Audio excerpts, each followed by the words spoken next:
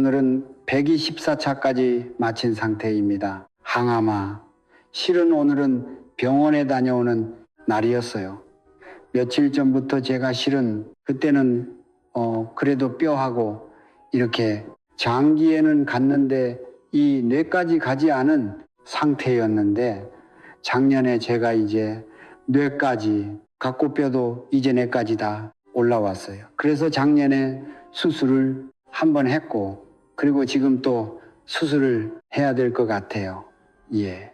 오늘 받은 결과로는 지금 계속해서 암하고 지금 이렇게 같이 가고 있는데 감사하게도 마음에 두려움이 없이 감사가 가득합니다.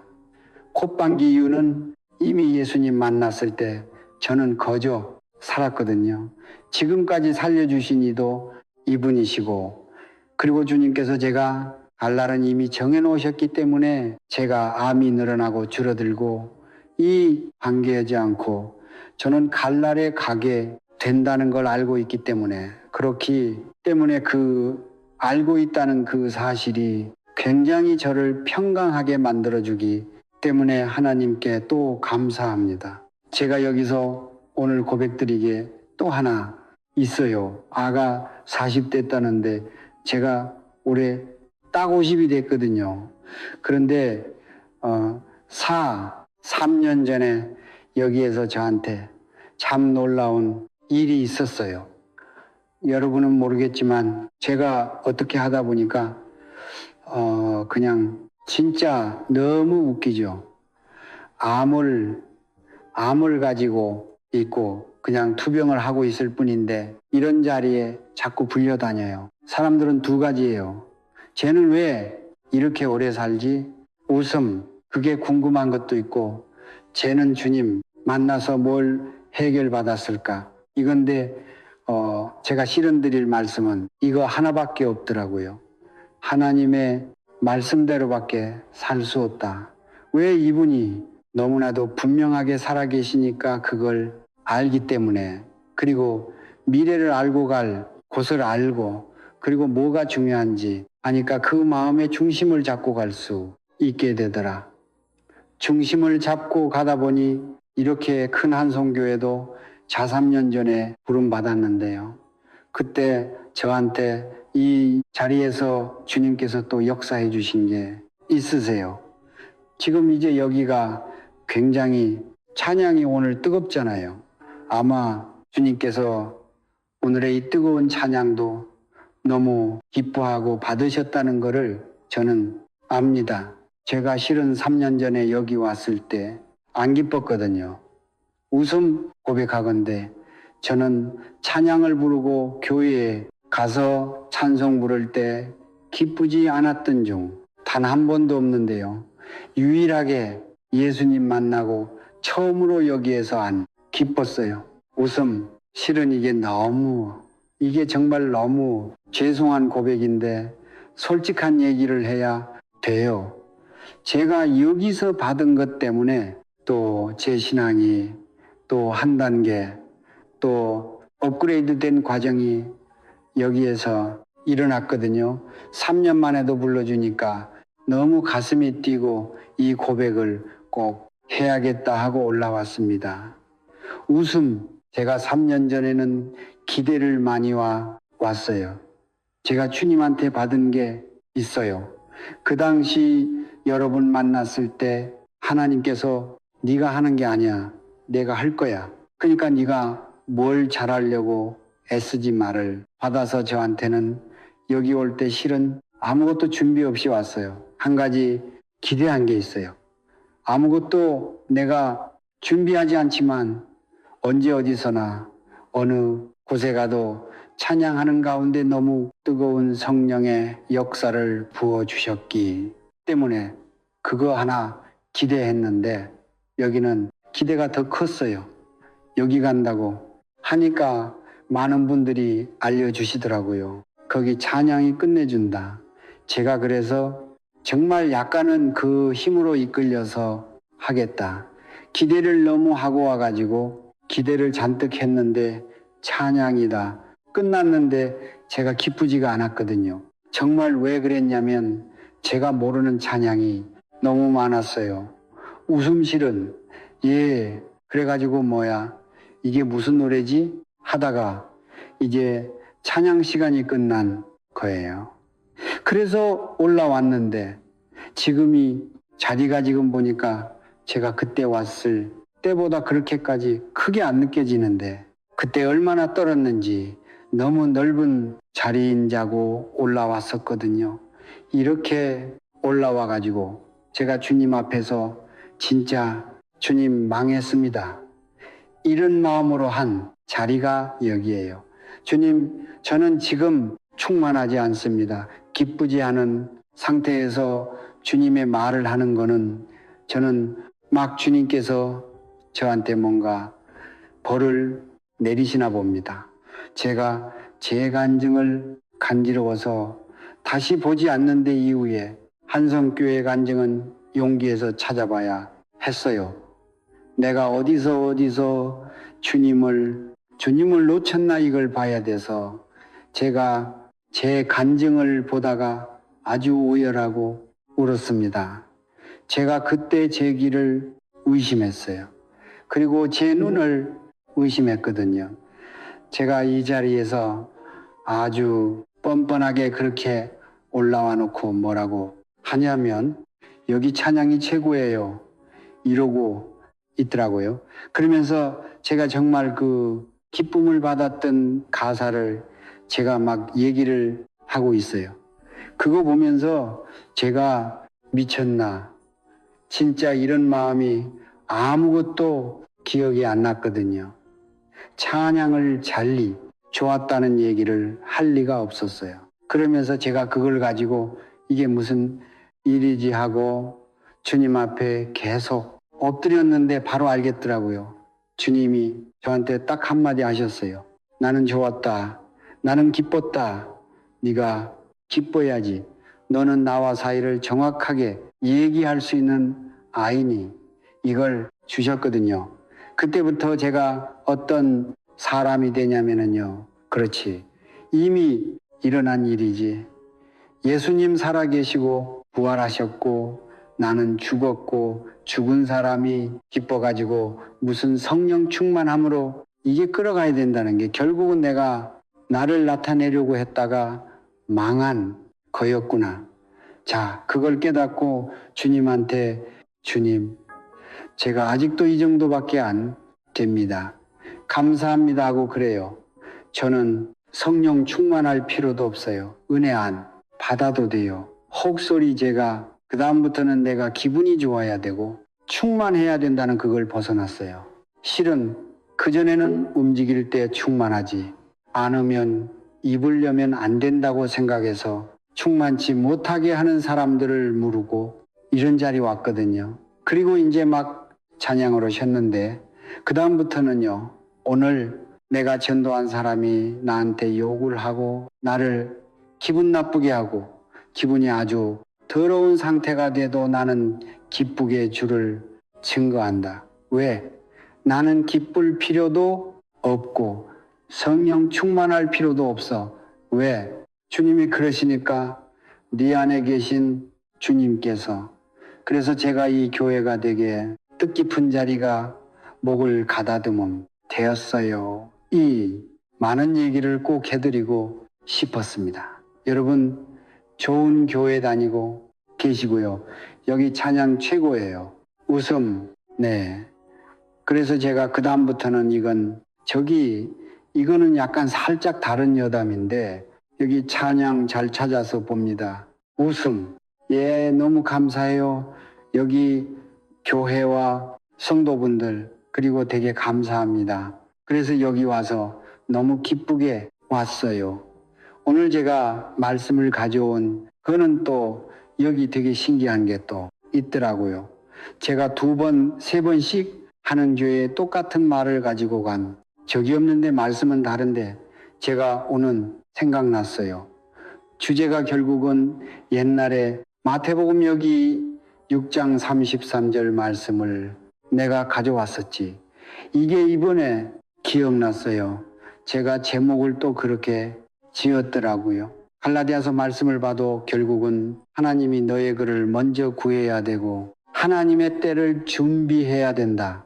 이거는 실은 이제 제가 되게 여러분보다도 여러 개 앉아 계신 분보다도 조금 더 짧은 신앙생활을 했을 수도 있어요. 제가 딱 10년 차 기독교인이거든요. 지금 50인데 40살부터 예수님을 알고 만나고 지금까지 온 건데 그동안에 저한테 남은 거는 결국은 제 감정과 제 생각이 중요한 것이 아니라 하나님의 나라와 그의 의를 구하는 것이 나한테 유익이요.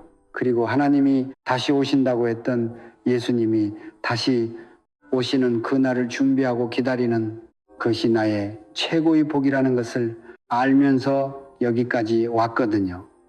그래서 제 아내 암이 난리를 쳐도 괜찮습니다. 지금 현재 암이 있는 위치가 많이 늘었어요. 그때보다 좀 더 늘었는데 지금은 양쪽 골반뼈, 그 다음에 양쪽 고관절뼈, 요추뼈, 척추뼈, 가슴뼈, 갈비뼈, 경추뼈, 머리뼈, 양쪽 뇌, 양쪽 폐, 그 다음에 기도림프절, 그 다음에 그 복부, 림프절까지가 있고 작년에는 뇌 수술도 했고 잠깐 이제 뼈들이 이게 금이 가고 이런 상황들이 잠깐 벌어졌다가 또 희한하게 또 시간을 연장시켜 주신다듯이 뼈 다시 붙고 뇌 수술도 잘 되고 이렇게 해서도 여기까지 왔는데 그동안에 이제 그런 치료를 받을 때마다 제가 가장 감사를 느끼는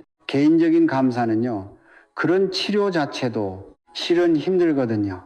치료 자체도 힘들고 항암이라는 게 실은 굉장히 많이 귀찮기도 하지만 버겁고 그런데 버겁고 힘든 것이 중요하지 않아서 그래서 더 기뻐할 수 있다는 게 이게 그리스도 안에서 가능하다는 게 너무 감사하더라고요. 우리 그리스도인으로서 우리가 왜 저화를 지켜야 되는지 제가 오늘 앞서 잘 풀어내도록 하겠습니다. 주님이 하실 거예요. 네, 저는 일단 여기 계신 분들도 계시겠지만 저라는 사람은 유명인도 아니니까 일단은 제가 예수님 만난 과정, 예수님을 만나게 된 배경은 다른 사람하고 똑같이 병을 만나서부터 했어요. 제가 병을 만나기 전에는 어떤 사람이었냐면은 기독교가 제일 싫어 이런 사람이었고 내가 혹시라도 종교 생활을 하게 될지 전정교회는 안 가. 이런 저의 철이 있는 사람이었어요. 기독교를 싫었다는 이유는 딱 하나밖에 없어요. 사람이 싫었어요. 저는 사람이 되게 중요하게 생각하는 사람인데 이 한 입으로 두 말하고 그리고 앞뒤가 다른 사람들을 인생에서 빨리 걸러내야 된다고 생각하는 사람이었거든요. 세상 살면서 할 일도 많고 이루어야 될 일이 많은데 내 주위에 그렇게 도움이 안 되는 사람들을 두면서 가는 거는 인생에 도움이 안 되고 나도 기분이 좋지 않잖아요. 사람들을 참 잘 분별하자. 이게 저의 철책이었는데 다 걸러내고 나면은 제가 아니한 사람들이 다 기독교인이었어요. 실은 그들이 콧방귀 왜 아니었냐? 교회를 다니라는 말은 참 잘하고 교회 다녀야 돼. 교훈하듯이 말하지만 실질적으로 삶을 돌아보면은 남한테 좀 그런 거는 주님한테 맡겨 하는 것들이 본인들은 그걸 맡기는 게 아니라 어떻게든지 자기 욕심껏 풀어줘야지 되겠다고. 그리고 기분이 안 좋으면은 주님 얘기도 하지 않고 그렇죠? 그리고 기분이 좀 좋으면은 막 주님 얘기를 하고 그러니까 기쁠 때 기뻐하고 안 기쁠 때 안 기뻐하는 일반 사람하고 똑같은데 왜 더 나쁘게 느껴졌냐면은 난 주님 만나서 기뻐하면서 약간은 모순적인 말을 해서 그랬던 것 같아요.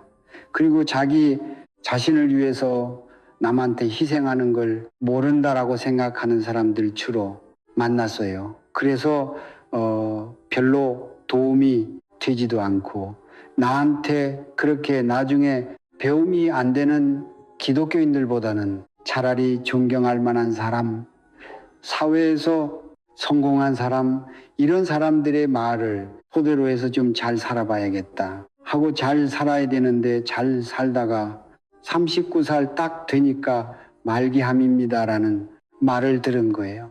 더군다나 저는 제 인생을 조금 더 남보다도 조금 더 잘 살아보고자 하는 욕심이 있어서 결혼 자체도 중간에 많은 고민을 통해서 그냥 깔끔하게 결혼을 접고 가는 세월도 있었거든요. 남은 사람하고 관계를 한다는 게 결혼까지 간다는 거는 굉장히 많은 용기가 필요하더라고요.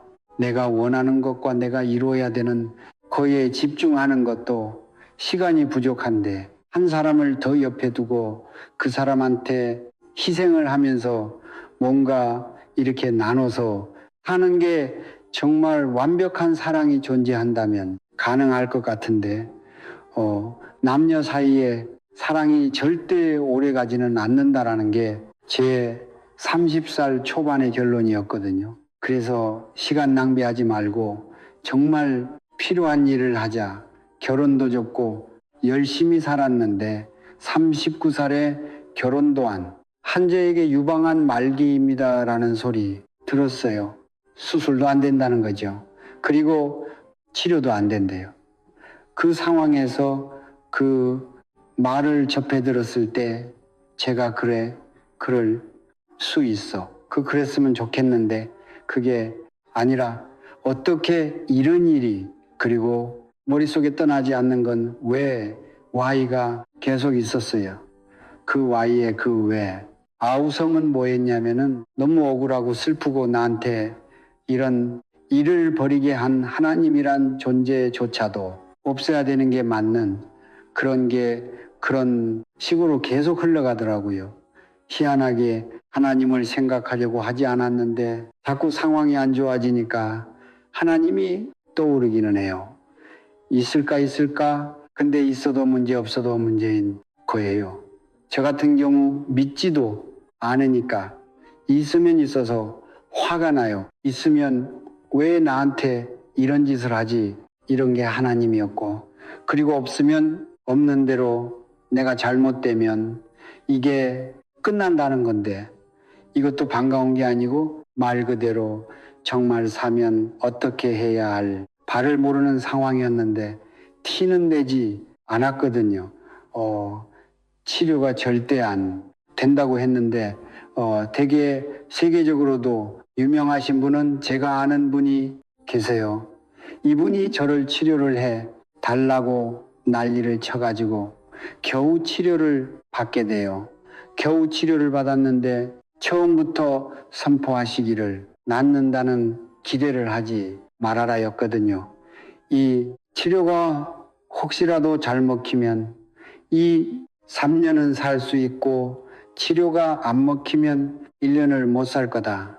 이제 이게 제가 들은 말이었는데 중간에 드라마도 아니고 이제 약이 안 들어요.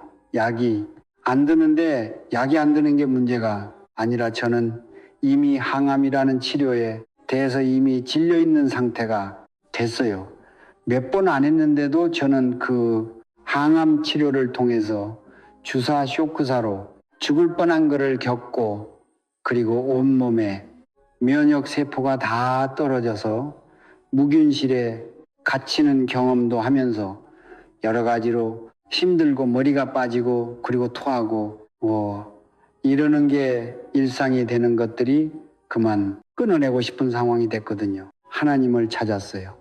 하루는 욕실에서 몰래 울다가 뭐라고 찾았냐면은 당신 계시면은 나 지금 죽여봐요. 이렇게 찾았어요. 그런데 죽이지는 않으시고 전화가 한 통 걸려오더라고요. 전화가 걸려왔는데 그 전화를 한 사람이 저한테 한마디를 해요. 기도할게. 나를 위해서 기도한다는 말 한마디가 그때는 굉장히 어떤 잡고 싶은 동아줄 같은 그런 마음이 처음 들었던 것 같아요. 아니 차가면서 되게 의연한 차가면서 기도 제목을 요청을 저도 모르게 막 하고 있었어요. 나 이게 힘들어. 저게 힘들어. 다음 날이 됐는데 그 기도 요청한 사람이 전화가 왔어요. 그 다음 날은 주일이었어요. 주일인데 우리 교회 사람들이 지금 너를 위해서 부르짖고 있어. 그러면서 이제 그걸 들려주고 끊었어요. 감동스러운 장면인데 저는 화가 났어요. 내가 언제 이렇게 불쌍하다고 기도해 달라고 했나? 그리고 왜 다른 사람이 나를 모르는 사람이 날려서 기도를 해야 되나? 삐뚤어진 사고 방식을 좀 갖고 있었죠. 그때 그래서 너무 마음이 안 좋아서 진짜 서글퍼지고 있었는데 기도를 했던 그 날 말고 그 다음 날에 제 컨디션이 완전히 바뀌어 있는 거예요. 제가 거의 기어다니시피 해가지고 기도 주님 부르질 때 그랬어요. 나 좀 지금 죽여봐요. 조금 있으면 나는 두 발로도 못 걸어 다닐 것 같은데 사람같이 걸어 다닐 수 있을 때 죽이세요. 당신 좋은 사람이 그렇게 하세요. 이렇게 했는데 다음날 제가 벌떡 일어나 가지고 에너지가 막 뿜뿜하고 있더라고요. 그래서 제가 이게 이해가 가지 않아요. 왜냐하면은 그 항암약에 대해서 주의사항을 많이 들었는데 그럴 수 없거든요. 그런데 그게 또 하루아침에 이게 너무 끔찍하더라고. 소름이 좀 끼치더라고요. 나는 콧방귀 이상한 거 믿고 싶지 않은데 뭐야. 이렇게 하고 있지만 어느 순간 제가 또 재했어요. 아이 그냥 우연의 일치. 이게 그냥 내가 몸이 좋아졌나 보다 하고 받아들이기에는 주위에서 그럴 네가 없다라는 의료진들의 말과 이런 것들이 있었거든요. 계속해서 몸이 좋아졌어요. 계속해서 그 교회에서는 연락이 와요. 오늘도 너를 위해 부르짖었다. 매일 새벽마다 하필이면은 그 교회가 본 적도 없는 저를 위해서 부르짖고 기도하고 있다는 거예요. 그래서 점점 그게 현실이 돼가고 있었어요. 뭔가 있는 거 아니야. 그런데 제가 이제 치료가 안 먹겠습니다. 이 말을 들으니까 이제 저도 준비를 해야 했어요. 이게 신세 한탄만 하고 있을 게 아니라 사람이 무슨 일이 있으면 정결정을 하고 결단을 해야 되잖아요. 이제 약이 안 들었단 말 들으니까 1년이 안 남았어라는 말로 정리가 되니까 저는 1년의 삶을 정리해야 했어요. 앞으로 남은 기간이 1년이 안 남았는데 그럼 나는 무엇을 해야 될까? 사람이 유익하게 사회에 뭔가 이렇게 비춰지고 가야 될 것 같다라는 생각을 아주 오랫동안 하고 살았던 것 같아요. 나는 뭔가를 하고 죽어야 되라는 생각을 했나 봐요. 근데 그러고 나서 봤더니 뭘 하고 죽냐? 죽는다는데 네가 지금 뭘 할 거냐? 1년 동안 네가 뭘 해낼 거냐? 결국은 제가 해내야 돼. 해낼 수 있는 최소한의 욕심을 버리고 할 수 있는 게 뭐였냐면 안 무서워하면서 죽고 싶다가 가장 원하는 상황이 돼 있더라고요. 죽을 때 나를 아는 모든 사람들이 나의 죽음을 바라보는 사람들이 정은이가 왜 이렇게 벌벌 떨지? 이게 나한테는 굉장히 큰 상처가 될 것 같고 내가 어차피 죽을 거면은 무서워하지 않고 담대하게와 전정은이는 죽을 때도 저러네. 이렇게 그냥 믿음직스러운 모습으로 가자. 그렇게 할 수 있을 줄 알았거든요. 그런데 구체적으로 죽음을 생각하다 보니까 그게 되는 게 아니더라고요. 내가 이제 1년이 좀 지나 1년이 안 돼서 내가 죽는 날이 올 거야. 주사. 쇼크할 때처럼 숨을 못 쉬게 되겠지. 숨을 못 쉬다가 꺼거리다가 죽게 되겠지. 그럼 나는 세상에서 없어지는 건데 이렇게 생각하다가 눈물이 막 보이려고 할 때 눈물이 쏙 들어가는 말이 막 떠올라요. 예수만 믿으면 지옥가 한숨, 저를 위해서 기도해 준다고 했던 그분이 저한테 그 별병하기 10년 전에 정확하게 전도하려다가 실패했는 사람이거든요. 뭐라고 전도했냐면은 예수 안 믿으면 지옥 가구나. 저한테 이렇게 얘기했어요. 제가 그때 뭐라 그랬냐면은요. 새 시대에 그렇게 전도한 사람이 어디냐 그랬어요. 왜 이렇게 촌스럽게 전도하냐고. 되게 촌스럽다 사람이. 제가 막 면박을 줬거든요. 그러면서 전도할 거면 앞으로 좀 세련되게 해라. 세련된 말 내가 하나 알려줄게. 하나님은 사랑이시다. 그런 거 있더라. 제가 알려줬었거든요. 콧방귀 그랬는데 그 사람이 기도해 준다고 하고. 저는 기도를 해서 그런지 어쩐지는 뭐 기분 나쁘게 뭔가 있지만 저는 항암 부작용이 아예 없어졌고 이게 좀 불편하고 있는 가운데 제가 죽음을 준비한 가운데서 생각나는 말은 예수 안 믿으면 지옥 가. 제가 아무리 생각해봐도 지옥을 상상해 봤더니 그냥 기분이 되게 나빠요. 뭔지 모르겠지만 그런데 제가 지옥 가는 걸 무서워하는 사람으로 비춰지긴 싫었거든요. 그래서 그들이 말하는 지옥이 그리고 그들의 말이 참 싫었던 게 뭐냐면 지옥을 간다고 해도 왜 건방지게 하나님도 아닌데 사람이 돼가지고 이러면 지옥 가란 말을 할 수 있을까? 이게 말이 되나 있는데 콧방귀 딱 그 생각이 났어요. 내가 그래 어느 날 갑자기 숨이 멎어서 죽어가는 과정이 있을까? 난 절대로 무서워하지 않거나 유언 다 할 거야. 이렇게 혼자 막 정했어요. 그런데 갑자기 그래 그래서 내가 숨이 끊어졌어. 그래 난 없어졌어 하다가 근데 나 눈 뜨면 어떡하지? 이게 갑자기 확 들어오는 눈을 왜 뜨겠어 했는데 아니 잠깐만 눈 떴는데 지옥이면 어떡하지? 이 생각이 같이 드는 거예요. 그래서 왜 이렇게 부정한 생각을 할까? 혼자 만약에 떨쳐내도 다시 그 생각이 앞에 있고 다시 그 생각이 앞고 눈 뜨면 또 그 생각 앞에 있고 제가 겁쟁이가 아닌데 2주 동안 그렇게 살았어요. 2주 동안 아무 생각도 안 하고 하루 종일 그 생만 그러다가 정신이 딱 나더라고요. 너 지금 뭐 하고 있냐? 이러면서 아까운 시간 다 보낼래? 일단은 어떻게 할까 고민하다가 이러다가는 정말 마음대로 죽지도 못하겠다. 나 저 죽지도 못하겠다 이 생각을 하다 보니 죽을 수 있는 방법을 찾아냈어요.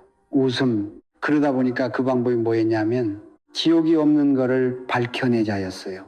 지옥이 없다는 걸 내가 확신을 하면 안심하고 잘 죽을 수 있을 거야. 멋있게 죽으려면 그 방법밖에 없어. 지옥이 없는 걸 어떻게 하냐고 이렇게 또 들어갔어요. 그랬더니 하나님이 없으면 되겠다. 하나님이 진짜 있는지 없는지 이번 기회에 내가 밝혀내고 쿨하게 죽어야겠다. 저는 살려고 한 게 아니라 정말 죽을 때 의연하게 죽고 싶어서 하나님이 없는 걸 밝히기로 결정을 했어요. 그러더니 제가 가야 할 곳이 딱 떠오르더라고요. 매일 나를 위해서 기도하는 그 교회. 뭔가 이상하다. 가봐야겠다. 그 교회를 갔는데 가자마자 실망했어요. 성도들이 이제 저는 그때 서울에 살고 있었고 그 교회는 춘천에 있는 거예요. 춘천에서도 정말 웬만하면은 알 수 있는 사람들이 알 수 있게 찾아갈 수 있는 길도 아니고 정말 흥미진 곳에 정말 이게 덩그러니 정말 기분 나쁘게 있는 교회였거든요. 그래서 교회가 이상한데 하고 들어간 게 첫 번째 이미지였고 두 번째 이미지는 성도들이 저를 보고 반가워하는 게 있었어요. 저를 위해서 기도하는 사람이 온다고 소문이 났나 봐요. 미리 알고 있었다듯이 저를 보고 반가워하는데 너무 그 가식적인 느낌을 좀 받은 거예요. 뭐라고 했냐면 잘 오셨어요. 예수님이 부활하셨잖아요. 어쩌라고? 이게 이제 왜 나를 보고 누구 세워도 아니고 뭐 하시는 분, 이것도 아니고 예수님 다짜고짜 나는 예수 만나러 오진 않았거든요. 그래서 어쩌라고 이렇게 했는데 또 저기서 오면서 정말 잘 오셨어요. 예수님 부하셨습니다. 뭐야 이 사람들 이상하다. 어쩌라고 어쩌라고 진짜 예수가 뭔데나. 하나님 배우러 왔는데 하나님은 얘기를 아무도 안 해주겠다. 분위기가 그럼 난 오늘 아무것도 못 건지네. 이 생각으로 기분이 확 나빠 있는데 목사님이 막 올라오시더니 우리 매일 기도하는 그 유방한 말기 앉아 여기 와 있다면서요? 그러시더라고요. 태어나서 그런 대접 처음 받아봤거든요. 네. 그래가지고 보통은 아파도 모른 척 해주고 막 다들 이런 분위기대 막 그냥 제 병을 막 마음대로 막 제가 무슨 이런 곳이다고 그 실망이 가득한데 일어나래요. 또 그래서 안 일어나니까 사람들이 막 찾아. 그러니까 제가 이 정도 사람들이 있었거든요. 그깟 제가 너무 민망해서라도 빨리 일어났는데 일어나자마자 목사님이 저를 정말 떨어지게 쳐다보시더라고요. 민망할 정도로 한참을 쳐다보시더니 살려달라고 지발로 걸어왔는데 우리 살려달라고 기도합시다. 그거 떨어지자마자 갑자기 사람들이 가시더라고요. 웃음. 제가 그때 처음에는 이 목사님이 뭐라는 거야 이러면서 발끈했거든요. 그랬는데 이 소리 지는 것 때문에 놀래 가지고 제가 기가 확 죽었어요. 사람들이 왜 기도하라 그러는데 소리를 지르지? 이게 제 첫 이미지였거든요. 교회 문화도 몰랐고 교회 용어도 모르고 전 성경책을 읽어본 적도 없는 사람이었거든요. 그런데 더군다나 기도를 하는 거는 기도는 조용히 하는 거야. 이렇게 생각을 멋대로 하고 있었는데 안 조용하잖아요. 너무 시끄러워서 처음에는 무서웠는데 나중에 알았어요. 이 사건이 이 난리가 나중에 어떤 언어인지 나중에 들었는데 그때는 치유하는 거였는데 저는 그냥 제 기회에는 이렇게만 들렸고 그 다음에는 옆에서 이상한 언어들이 막 와요. 뭐냐면은 방언이 터졌어요. 너무 열심히 기도하시다가 그 방언 소리를 듣고 저는 소름이 너무 끼쳤어요. 세상이 없는 언어, 내가 이런 거를 왜 당하고 있는지 모르는. 그래서 콧방귀 너무 무서워하다가 잘 도망쳐 왔거든요. 다음날 집에서 눈을 떠서 갑자기 그런 생각이 들더라고요. 내가 이상한 데 갔고 다 왔다. 뉴스에 나오는 그곳인 것 같다. 잘못 걸렸는데 하필이면이 순진한 언니가 나를 위해서 기도해 준다던 그 순수하고 순진한 언니가 잘못 걸렸다. 그러니까 나만 살게 아니라 이 사람도 살려야 되겠더라고요. 콧방귀. 그래서 제가 이제 마지막 가기 전에 중요한 일을 해야겠다. 사람 하나 살려놓고 죽자. 그래서 이 사람은 살 날이 많은데 멀쩡한 교회를 다녀야 되지 않겠나 이 사람. 구하러 가기로 결정을 했어요. 그러면서 그래 정아 이게 너다 온 거야. 가자. 발이 안 떨어져요. 무서워가지고 이 웃음. 사람들이 생각마다 끔찍한 거예요. 바지 볼게.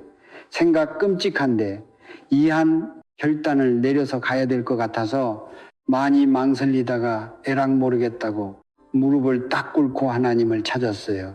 하나님 당신 살아계시면 나 좀 맙시다.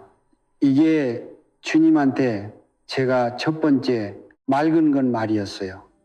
이분한테 대답은 없었는데 당신 살아계시면 내가 그 이상한 곳을 용기해서 갈 테니까 날 도와서 싸워라. 그리고 이 언니를 무사히 데리고 나올 수 있게 당신이 도와라. 예, 이런 내용이었어요. 그렇게 하면서. 그리고 나 지옥이 있는지 좀 알려주시면 안 돼요? 이렇게 기도를 했죠.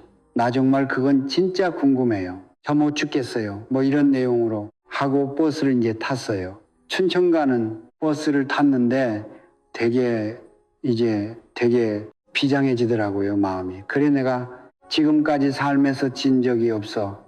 이길 수 있어. 이러면서 탔는데 아무리 생각해도 질 것 같더라고요. 웃음. 이게 말이 안 되잖아요. 이 사람들이 다 비정상이라고 저 생각하고 있기 때문에 비정상적인 사람과 정상적인 사람 말이 안 통하거든요. 그러니까 말이 안 통한 사람 상대로 어떻게 써야 되나 고민하다가 결국은 제 가방 안에서 책을 찾아요. 제 가방 안에 전날 이들이 우리가 만든 책이에요. 줬던 책이 있어요. 제자훈련 책자. 그래서 그걸 딱 보고 저걸 알면은 이길 수 있어. 저걸 알기 위해서 열심히 이거를 공부하면서 읽었거든요. 빨리 읽자, 빨리 읽자. 도저히 책장을 넘기는데 제 머리에 남는 게 없어요. 너무 어렵더라고요. 다 말씀이었거든요. 이해가 안 가는 그 말씀을 붙잡고 막 신름하다가 에스겔서에서 딱 이해가 가기 시작했어요. 예수기서 내용이 하나님이 계시는데 천사장이 하나님이 그렇게 아낌에도 불구하고 이렇게 이것저것 다 줬는데도 그거에 만족하는 게 아니라 내가 하나님이 될 거야 라는 욕심을 부리고 하나님 나라의 전쟁을 일으키는 이 과정이 너무 재밌어 가지고 제가 빠져들었어요. 그만하네. 저도 모르게 하나님 편에 서서 읽어가지고 마지막에는 천사가 졌는데 그 다음에 더 충격이었어요. 이 천사가 져서 마귀가 따라 있고 천사가 따라 있는 게 아니더라고요. 천사가 져서 쫓겨났는데 마귀가 돼서 쫓겨나요. 그래서 헐마귀의 원초가 천사야. 뭐 이렇게 제가 좀 흥미롭게 읽다가 로마서 말씀 앞에서 이제 진지해지더라고요. 로마서 말씀을 딱 만났는데 거기에 뭐라고 써져 있냐면은 하나님을 마음에 두기 싫어하는 게 죄다. 그런데 하나님이 살아계신다면 죄가 맞겠다라고 제가 동의가 되고 있는 상황인 거예요. 그 다음에 이어지는 말이 이와 콧방귀 같이 천사가 마귀가 되어가는 이런 과정 같이 이와 같이 모든 사람이 죄를 짓게 되었고 죄 때문에 사망이 세상에 들어오게 되었다라는 글을 또 발견해요. 그걸 발견하고 제가 거기서 그제서야 정신이 번쩍 들더라고요. 모든 사람이란 단어를 왜 여기다 썼지? 그러면 나도 포함된 말인데 어떻게 이런 말을 감히 여기서 썼지? 기독교인들은 역시 이러면서 비판을 하고 싶은 마음이 먼저 들 뻔했으나 그 다음에는 근데 왠지 내게 같고 이게 왠지 내가 벗어날 수 없는 말이고 그래서 뭔가를 내가 밝혀낼 수 있을까 하고 다시 맨 처음부터 또박또박 읽어 봐야겠다. 맨 앞장을 펼쳤더니 아까 안 보였던 말씀이 보이더라고요. 사도행전 17장 30절 31절 말씀이었어요. 하나님은 일단은 계신다는 전제로 알단 보고는 있었지만 뭐라고 하냐면은 모든 사람에게 다 명하사 회개하라 하셨으니 뭔지 모르겠지만 명령한 게 회개하라요.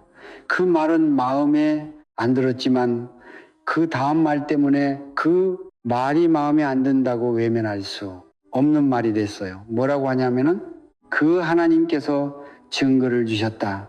어떤 증거? 믿을 만한 증거. 그 믿을 만한 증거는 무엇인가? 죽은 자 가운데서 다시 살리신 것으로 죽은 자 가운데서 다시 살리신 게 뭐야? 부활. 혼자 이렇게 된 거예요. 그들이 그래서 예수님 부활했다 그랬나? 그러니까 예수가 부활했다는, 그를 처음 듣는 말은 아닌데 예수가 부활한 게 사실이겠어? 그 지어낸 인물 아니야. 저는 이제 이렇게 가고 있었어요. 그러다가 갑자기 부활한 게 사실인 게 하나님이 주신 증거면 일단 부활했는가 정도는 찾아봐야겠다. 그때부터는 성경책을 믿을 수 없어서 네이버를 검색을 했어요. 그래서 네이버를 검색을 했는데 예수 그리스도를 찾더니 예수 그리스도의 그 생애가 나오더라고요. 그런데 어떤 이야기 속의 인물로 표현을 하는 게 아니라 진짜 이 땅에서 왔다가 죽었다가 살아는 어떤 역사 속의 한 인물을 표현해 놨어요. 그리고 아무리 생각해봐도 지어내거나 이야기면은 이게 이야기다, 지어낸 얘기다 하고 올라가지만 역사 속에 그런 연대 속에 인물들을 검색해서 나올 리가 없는데 나와요. 제가 거기서 조금 충격을 받아요. 내가 공부를 못했나 생각더라고요. 내가 왜 이거를 몰랐지? 그냥 그러다가. 그런데 중요한 거는 이 예수 그리스도가 지금이 역사적인 어떤 과거에 있었던 인물이라고 하는 걸로 이게 하나님이 주신 거라고 하기에는 부족한 것 같다. 그런데 머리에서 떠오르는 생각이 BC가 떠오르는 거예요. BC가 떠오르면서 그때는 좀 더 심각해졌어요. BC는 비포 크라이스트인데 근데 제가 지금까지 BC가 왜 비포 크라이스트냐 하고 찾아본 적이 단 한 번도 없었더라고요. 당연하게 그냥 태가 같이 약속해서 쓰는 연도 그냥 날짜 이거 개념으로 봐야지 살기 바쁜데 그런 거 파헤칠 것도 아니고 정해놓. 그건 그때 따라가고 이렇게 살았더라고요. 그런데 빛이라는 단어를 40년 만에 처음으로 굉장히 고민을 해요. 제가 비플라이스라는 단어를 왜 날짜 앞에 써날짜랑 그게 관계가 있을까? 왜? 그 예수의 태어난 날짜가 우리가 지금 쓰고 있는 날짜랑 어떤 관련을 가져야 될까?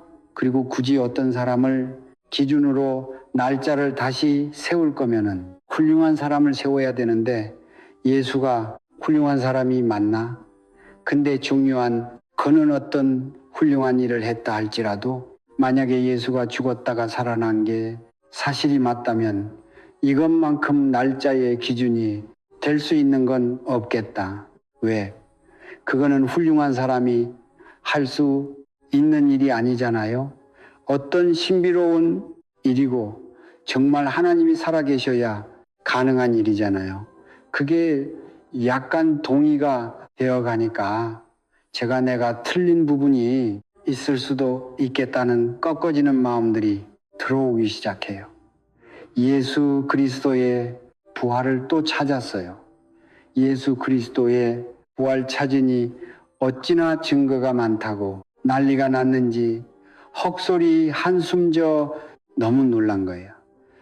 살면서 내가 왜 이런 자료를 지금 처음 볼까 이러면서 관심이 없다는 게 이렇게 무서운 거더라고요. 나중에 제가 근데 거기서 정말 관심이 가는 거는 막상 증거에 대한 걸 찾은 게 아니었어요. 거기서 저같이 고집을 부리는 사람들의 무리가 있더라고요. 뭐라고 하냐면은 예수 그리스도가 부활했다고 하는데 그게 사실일 리가 없다. 제목이 이랬어요. 제가 그 제목이 너무 마음에 들어서 바로 들어가요. 그래서 너무 지극히 정상적인 사람들일 거야. 들어갔더니 이 사람들이 너무 정상적인 사람들 맞아요. 시대마다 그 시대를 풍미했던 지식인 과학자들, 역사학자들, 단수도 아니고 복수로 그 시대를 풍미했던 사람들이면 얼마나 똑똑하겠고 얼마나 전문가들이에요. 이 전문가들이 결론 내린 거 나는 따라갈 수 있어. 결론을 내렸거든요. 열심히 읽는데 점점 겉으로 비참해지더라고요. 절망이에요. 내용이 뭐였냐면은 조사를 얼마나 꼼꼼하게 했는지를 먼저 쫙쫙쫙쫙쫙쫙쫙 해놔가지고 정말 믿음직스러웠는데 점점점 가다가 점점 이상해져요. 내용이. 그렇게 해서 찾았는데 이것도 결국은 밝혀내지 못하고 저것도 밝혀내지 못하고 이렇게 결론이 뭐라고 났냐면은 아직까지는 예수 그리스도가 부활한 것이 사실일 네가 없다라는 것을 밝혀낸 자가 없다 이렇게 끝냈어요. 제가 그걸 보고 정신이 번쩍 들더라고요. 이들이 못 밝혀냈다고 이들이 이 엘리트들이 그러다가 그럼 나는 내가 지금 갑자기 마음에 안 든다고 밝혀낼 수 있나? 안 되죠. 저는 그냥 예술인이었거든요. 전 음악을 전공했던 사람이고 공부를 좋아하는 사람도 아니에요. 공부는 잘했는데 좋아하는 사람은 아니었어요. 그런데 이 공부에 미친 사람들은 그 열심히 했는데 밝혀내지 못했어. 상식적으로 이게 이 사람들이 실패한 걸 내가 할 수 있을까? 아니겠다. 그게 다다. 그러니까 제가 그때부터는 정신을 차려요. 네가 지금 이 와중에도 싫은데 그럼 네가 싫어하면 예수 그리스도가 부활한 게 사실이 아닌 게 되냐? 그랬더니 아니, 네가 싫거나 좋거나만 이거는 이루어진 일이야. 여기서 꺾어지고 다시 한번 그럼에도 불구하고 그럼 나는 그래 그게 사실이라고죠. 난 그래도 예수 믿을 수 없어. 자존심이 있지.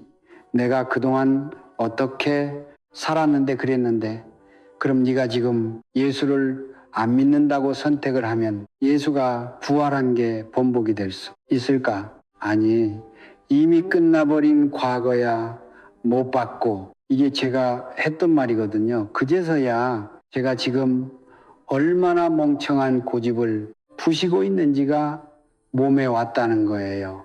그래서 콧방귀 그때부터는 저도 모르게 한 꺾여서 이래요. 하나님, 당신 살아계시나 봐요. 예수가 부활했어요.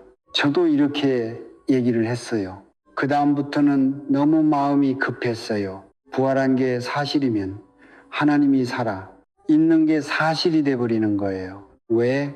그 말씀에는 예수를 죽은 자 가운데서 살렸는 걸로 내가 살아 있다는 것을 증거를 보여줄게. 하나님의 외침을 내가 봐버렸거든요. 그래서 이미 이루어진 일 앞에서 하나님이 살아계시는구나. 내가 해야 될 일은 내 먼저가 아니라 나는 내 먼저였어요. 지옥이네. 이게 바로 와닿더라고요. 가장 중요한 문제가 예수가 부활했도 아니고 하나님 살아계신 애도 아니었고 나는 지옥이네. 내가 지금 죽으면 지옥 간다는 사실이 그때부터는 멋있게 상관없어. 이렇게 된 거라 소름이 온몸에 소름이 이렇게 지기 시작했어요. 너무 무섭더라고요. 이게 사실이라고 생각하니까 굉장히 무서워지더라고요. 그래서 자존심이고 뭐고 난 일단은 여기서 벗어나야 된다. 암이 문제가 아니라 난 지금 죽으면 그 죽을 수 없겠다는 이유가 정확하게 써 있더라고요. 이 책에서 뭔가를 찾아야 되겠다라는 열심으로 그 책을 계속 읽었어요. 성경책을 처음 접해본 저는 그날 너무 신기한 말씀을 많이 찾았거든요. 뭐라고 했냐면은 가라사대 때가 쓰니 회개하고 복음을 믿어라. 그 말씀을 보고 아까 사도행전 나온 말씀 똑같아. 모든 아이에게 다 명하사 회개하라 하셨으니 회개가 중요하네.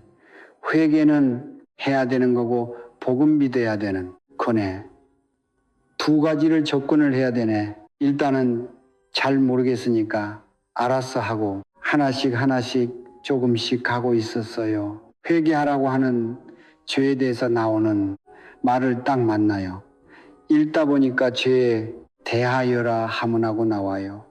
회개한다는 거는 어떤 걸 돌이켜야 된다는 건데 죄에 대한 얘기를 하는 거니까 죄가 뭔데 하고 봤더니 너희가 나를 믿지 아니하며 하나님의 마음에 보기 싫어한 게 죄라고 정해놨던 그 로마서 말씀과 여기에서 만났던 그 요한복음 말씀이 일치가 하더라고요. 그래서 죄는 하나님을 믿지 않는 게 죄야.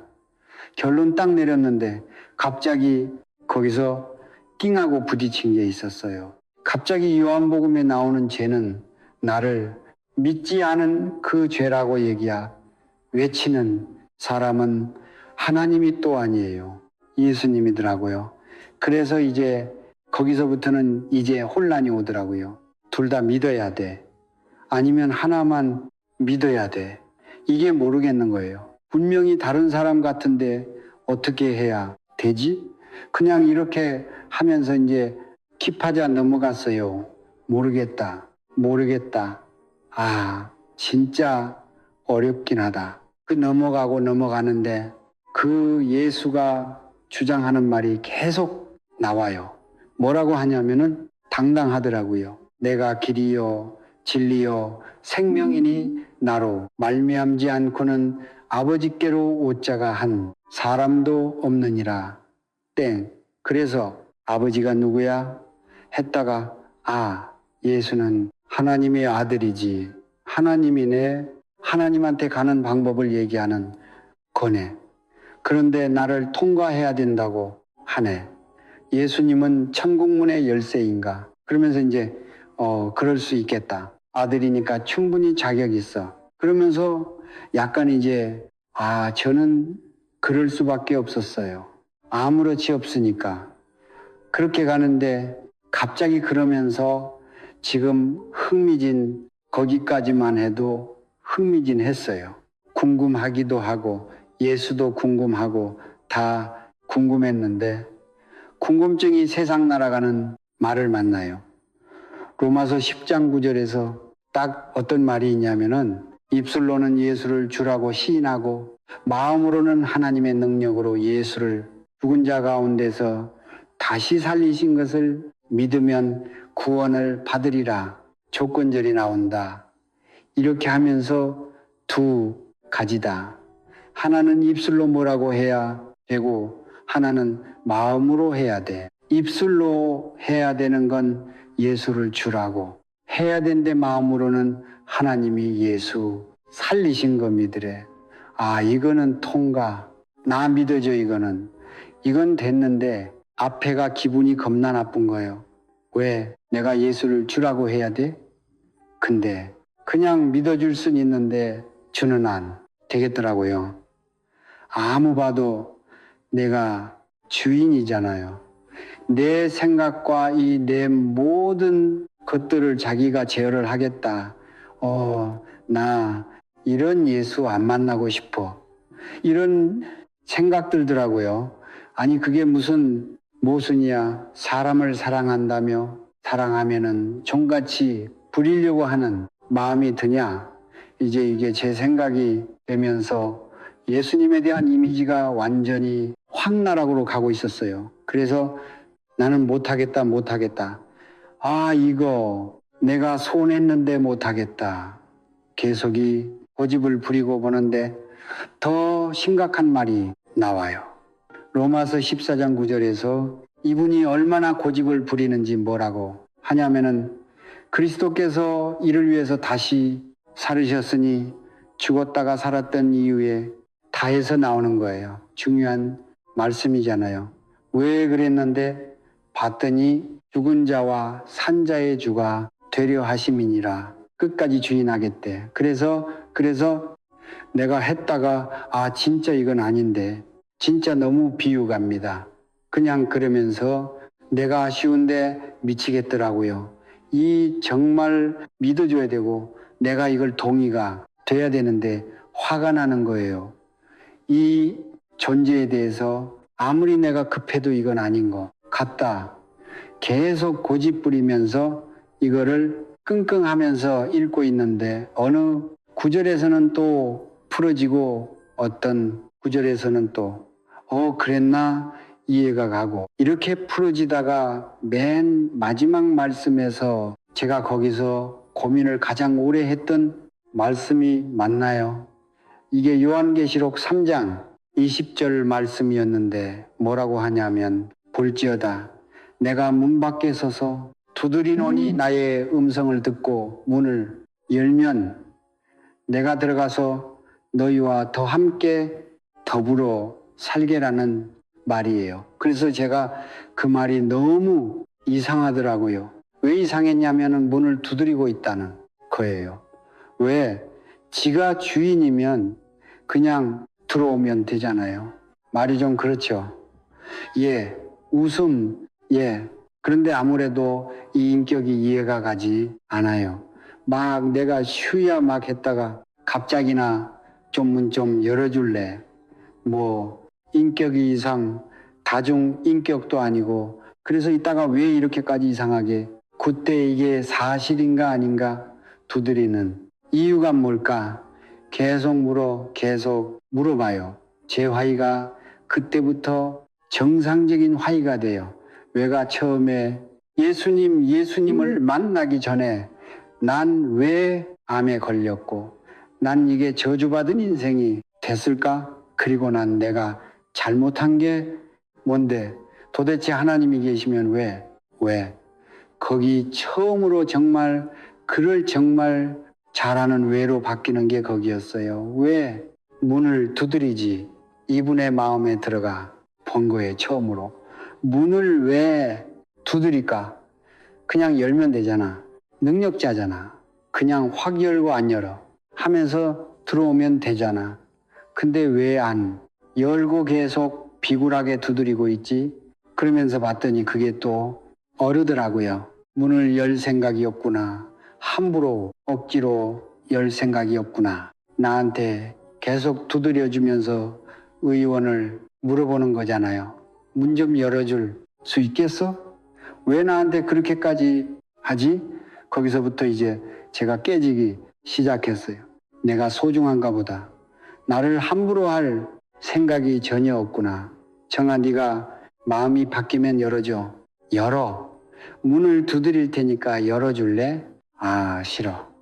그럼 난 또 기다릴게. 이런 인격이라는 게 그냥 눈에 보이더라고요. 눈이 오나 비가 오나 제 마음의 문을 두드리고 있는 이분이 보이기 시작하더라고요. 그게 40년 동안 두드렸더라고요. 제가 기독교인을 잘 피다녔는데 가끔 가다가 운 나빠서 걸리는 기독교인들이 떠올랐어요. 그냥 저한테 믿어보게 하려고 전도하려고 했던 사람들이 이 사람들의 그게 노크였구나.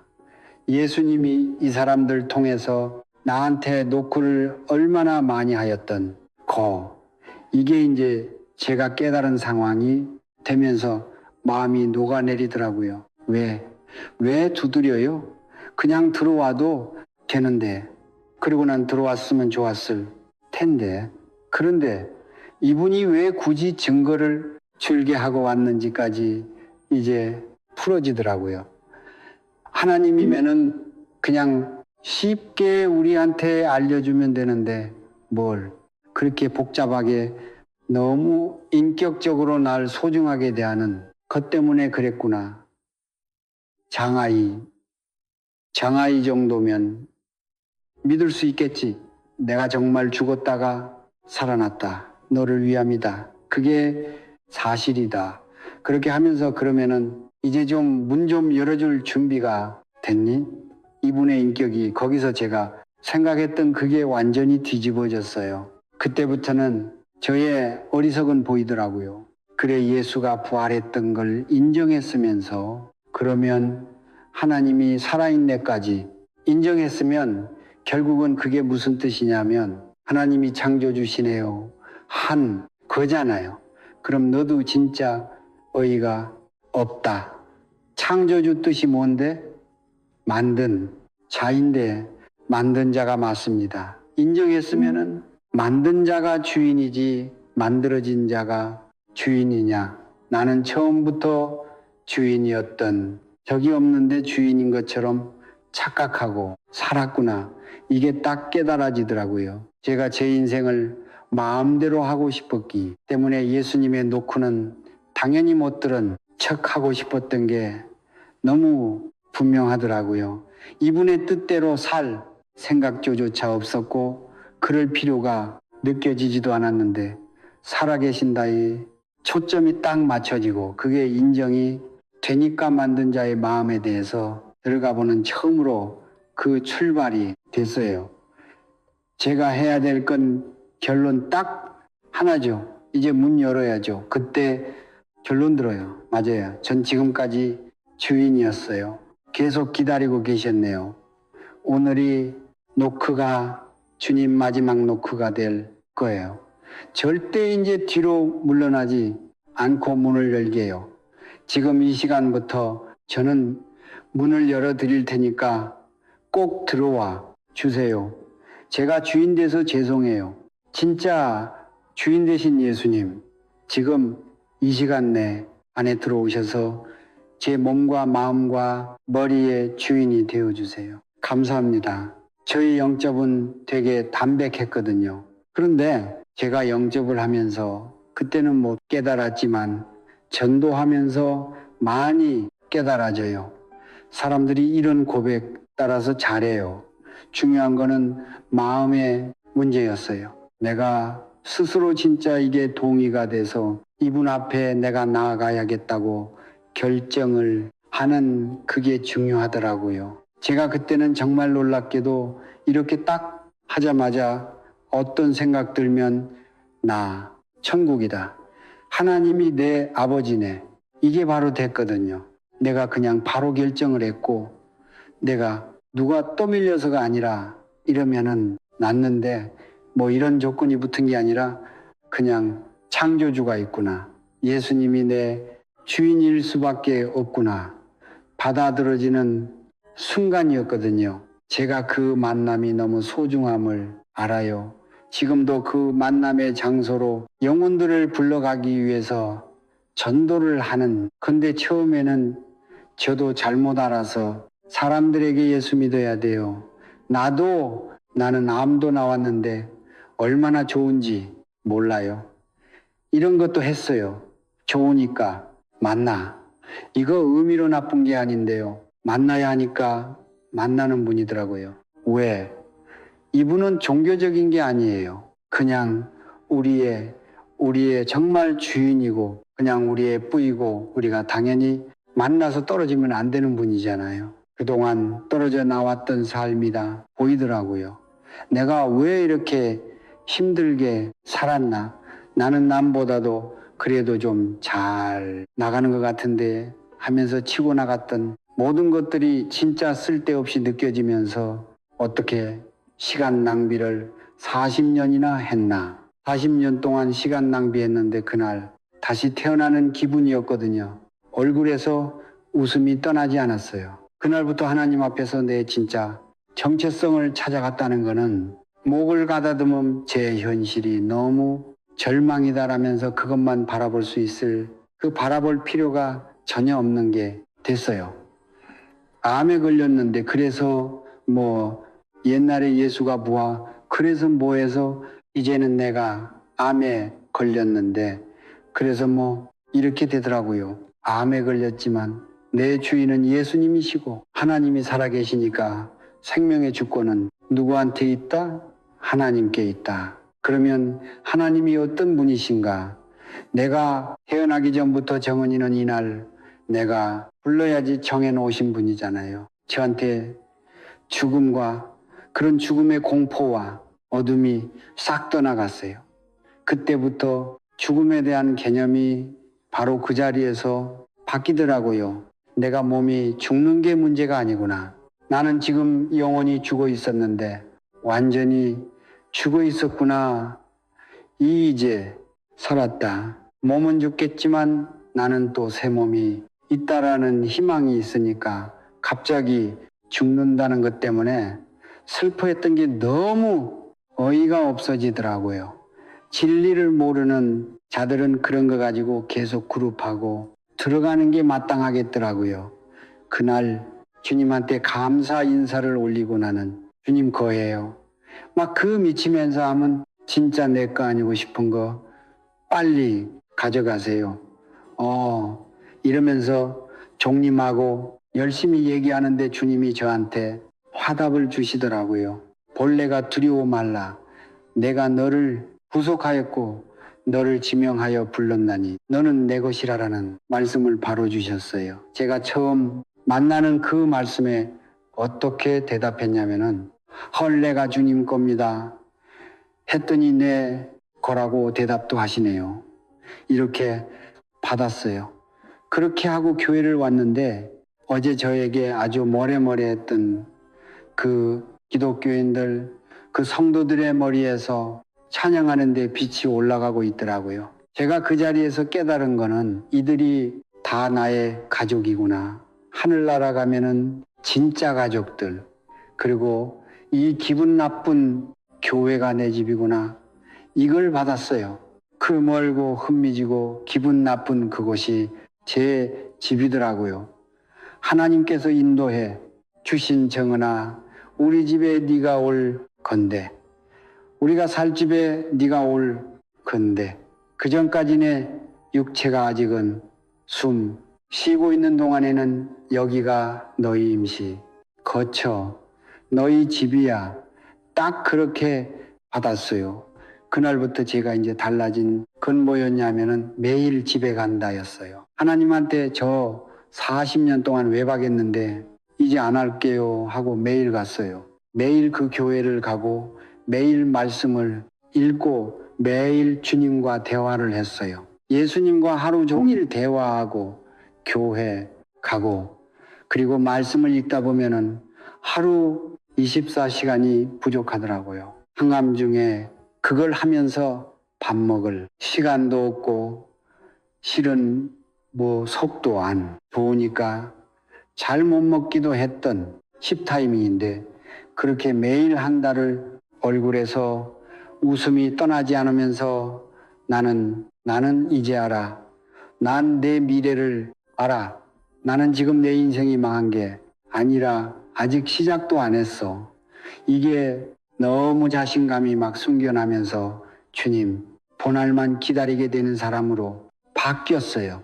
매일 암이 문제가 아니라 저 오늘 죽으면 주님 얼굴 보나요? 이게 이제 저의 이제 대사가 됐는데 이분하고 매일 그렇게 삶에서 한 달을 지나가고 나니까 병원에서 오래요. 이제 더 이상 치료를 못할 것 같으니까 와서 얘기 들으래요. 얘기를 들으러 갔어요. 병원에서 뭐라고 하냐면은 선생님이 벌떡 일어나더니 암이 다 사라졌습니다. 이러시더라고요. 그런데 암이 사라지긴 했는데 안 사라진 것도 있대요. 어떤 곳이었냐면은 정말 재밌었어요. 그들이 저한테 처음에 치료할 때부터 여기는 절대 없어지지 않아요. 이 부분 때문에 우리가 치료를 못해요. 이 부분은 수술이 되는데 수술했다가 큰일 나요. 이 부분 때문에 이랬던 것들이 막 여러 가지 들었잖아요. 자기들이 수술해서 나올 수 있다고 하는 것은 더 커져가지고 더 커져 가지고 이제 완전히 못하게 됐고 못 고쳐요. 사람은 절대 못 고쳐. 사람은 절대 못 고쳐요. 했던 부분이 싹 없어졌어요. 그리고 자신들이 고칠 수 있다는 것은 더 커졌고, 그래서 항암이 들었다는 주장도 못하는 거예요. 그래서 수술을 받았어요. 수술을 받아서 그때 가슴이랑 이런 걸 다 잘라냈어요. 다 잘라내고 임파절이랑 싹 다 잘라내고 제가 딱 새로 태어난 기분으로 주님 앞에 섰거든요.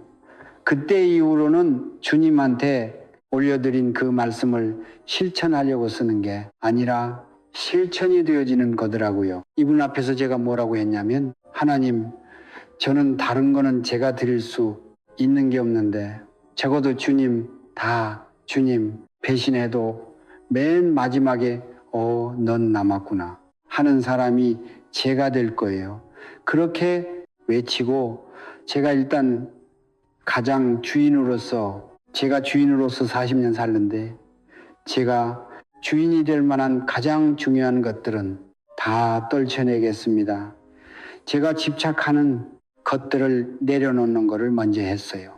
그거를 계속 쥐고 있으면 주님한테 가는 시간이 없다고 생각해서 얼마나 뿌듯하면서 막 늘어났는지 몰라요. 좋죠. 저 기분 좋죠. 저 개특하죠. 이러면서 막 다 내려놨는데 하나님께서는 중간중간에 저한테 전도하러 갈 때 같이 가주시면서 암만한 자들을 같이 만나면서 저한테 명령하시는 게 아니라 제가 하고자 하는 대로 지켜보시더라고요. 제가 너무 기뻐서 하신 거 놔두시고 흐뭇해 하시지만 실은 제가 잘해서 그런 건 아니었어요. 저는 잘하는 줄 알았어요. 전도를 콧방귀, 왜냐하면 사람들이 많이 보고 싶어 했거든요. 저는 하나 놓친 게 있었어요. 저는 사람들이 제가 설득력 있게 말을 잘하니까 다가온 줄 알았는데 암이 없어졌대 저 사람이 무슨 일이 소문나가지고 자꾸 저 보고 싶어 하는 거예요. 근데 어느 정도 얘기하다 보면은 저도 그 마음을 하니까 암이 없었다 얘기를 할까 그쪽으로 넘어가는 거죠. 자꾸 어떤 희망을 주면서 그러면서 교회에 다니게끔 해하고 싶다. 전도를 그런 식으로 저도 하고 있었던 거예요. 어느 날 기도 중에 주님께서 저한테 비춰 주신 게 있었거든요. 기도를 하는데 결과적으로는 어느 순간 주님한테 또 외를 부르짖고 있는데 믿지 않았을 때 당시에 외를 부르짖고 있더라고요. 난 당신한테 오인해. 가지고 내 인생 하나도 안 사고 당신 인생 샀는데 나는 왜 기쁨이 사라졌나요? 그리고 왜 당신은 여기에 도와주지 않나요?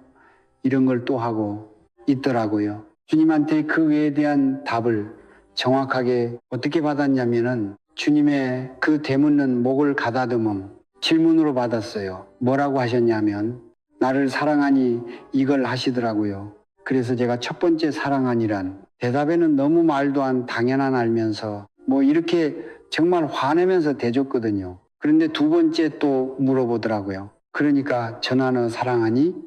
근데 거기서 갑자기 왜 베드로한테 했던 그걸 나한테 또 하시지? 그러면서 이게 무슨 의미지? 그래서 그렇죠. 사랑하는 거 당신이 아시잖아요.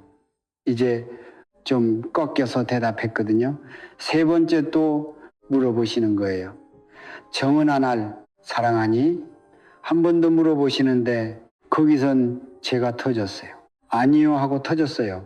웃음. 분명히 전 당신밖에 없었고 당신만 붙잡고 있었는데 어느 날 보니까 사명이 제 인생에 1번이 돼 있었어요. 그러니까는 주님의 일을 하기 위해서도 살고 있더라고요. 그게 저는 주님을 향한 저의 신뢰라고 생각을 했던 거 같은데 실제적으로는 저가 속은 게 있었어요. 주님의 일을 열심히 하면서 사람의 칭찬을 기대하는 마음이 또 스며들었더라고요. 그리고 내가 스스로가 잘하고 있다고 다지고 싶은 게 있더라고요. 사람이 마음으로 하나님께서 마음으로 마음에 대한 말도 굉장히 많이 나오거든요. 성경 책에도. 근데 마음이 자꾸 내 유익에 따라서 변할 수 있는 거를 믿는 과정에서도 발견하면서 내가 그렇게 부르짖으면서 너는 다 가시이고 위선자야 했던 기독교인이 제가 똑같은 모습이 되어 있다. 2016년도에 그거를 발견하고 많이 울었어요. 주님 앞에서 많이 울고 죄송하고 나는 주님을 순수하게 100% 사랑하고 의지하면서 간절났더니 저는 또 어느 순간 주님을 또 제가 또 제기하고 일어나는데 또 발판을 삼을 수 있는 사람으로 괴물같이 변해가고 있었더라고요. 주님 앞에서 그때 얘기를 했어요. 저는 분명히 당신을 사랑하는 게 1번이었는데 그거는 변함이 없고 당신도 아시는 건데 지금 현재는 사명이 1번이고 당신을 사랑하는 게 2번이 됐어요. 그러면서 생각했어요. 왜 나를 이렇게 바쁘게 하시는 거예요. 일을 시키시면 도와주셔야죠. 이랬는데 이분이 나한테 왜 일을 맡겼을까를 생각해 봤거든요. 처음에는 아주 건방지게 잘하니까 시켰지 생각을 했어요. 암이 없어지면서 더 잘하고 있겠지. 그런데 어느 날 봤더니 거기서 닫아 얻은 답이 그거예요. 그러면 내가 잘못되면 내가 없어지고 내가 주님이 안 하면 하나님은 망하나? 하나님은 당신을 못하시나? 그랬다가 갑자기 창세기 1장에 떠올랐거든요. 태초에 하나님이 천지 창조하셨던 거 혼자 다 했네. 이게 떠오르더라고요. 이분 나 없어도 혼자 다 할 수 있는데 왜 굳이 이분은 너를 사랑한다 그러면서 말씀드렸고 너랑 살고 싶다. 나 너한테 들어가도 되겠니? 이분은 뭐라 그러냐면은 나 너랑 함께 하기가 너무 좋아. 그분이 가시는 자리에 함께하는 저의 마음이 좋았던 거 같던 거를 깨달아요. 그래서 그때부터는 주님 앞에 납작 엎드려서 제가 잘하는 그처럼 저를 높을 뻔했는데 정말 저는 이 정도밖에 안 돼서 죄송해요. 하나님 제가 생각도 이제 앞으로 할게요. 생각과 의를 다 내려놓는 저는 그때부터 그렇게 살았어요.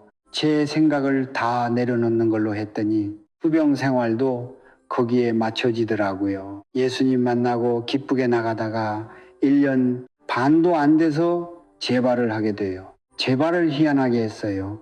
그 없어진 자리에서 그대로 똑같이 사진 찍어 놓은 것처럼 올라왔거든요. 선생님이 이런 거를 의사생활 처음 봤다면서 당황해 하셨어요. 저는 그때 절망하다가 다시 희망을 거기서 봤어요. 왜 그랬냐 하면 제가 기도하고 엎드리고 있었던 시기였거든요. 그 암자한테 달려가는 게 너무 힘든 시기였어요. 저는 암이 없는 상태에서 만나다 보니까 이제 어느 순간부터 남환자들이 저를 정말 싫어하더라고요. 그러니까는 넌 나와서 좋겠다. 나 아파 죽겠는데 와가지고 염장 지르냐? 이런 게 제 입장이 되어 있는 거예요. 그래서 주님 앞에서 또 막 몸부림쳤거든요. 나 이제 건강한 사람 보내달라고. 아픈 사람은 얼마나 그게 상처가 많은데 나 때문에 상처받는다는 게 나쁘다. 주님한테 그러고 또 회개하고 제가 또 주님한테 나한테 이거 시켜라 저거 시켜라 해서 죄송해요. 주인 당신 뜻대로 하세요. 그리고 제가 알 수 있게 해 주세요. 기도하고 엎드렸는데 그 기도에 열심히 했던 기도에 일주일의 응답이 재발입니다. 받은 거지요. 처음에는 황당하고 너무너무 힘들었다가 선생님이 난 이걸 어떻게 할지 모르겠다. 말 듣고 정신번쩍 놨어요. 하나님이 내 기도를 땅에 떨어뜨릴 리가 없는데 내가 뭐라고 기도했더라? 갈 수 있게 도와주세요. 당신 뜻이면 갈 수 있게 도와주셨네. 이들에게 나도 암 환자예요. 한 것만큼 단단해질 수 있는 게 없잖아요. 그래서 감사합니다. 무기 장착시켜 주셨으니 더 열심히 뛸게요. 저는 이제 뼈에부터 다 올라와서 얼마 못도 산다고 생각을 했고 그때부터는 몸이 부서져라 뛰어다녔어요. 날 만나고자 남한테한테 다 갔어요. 전라도고 어디고 다 갔어요. 그냥 한 사람 살리러 그냥 갔거든요.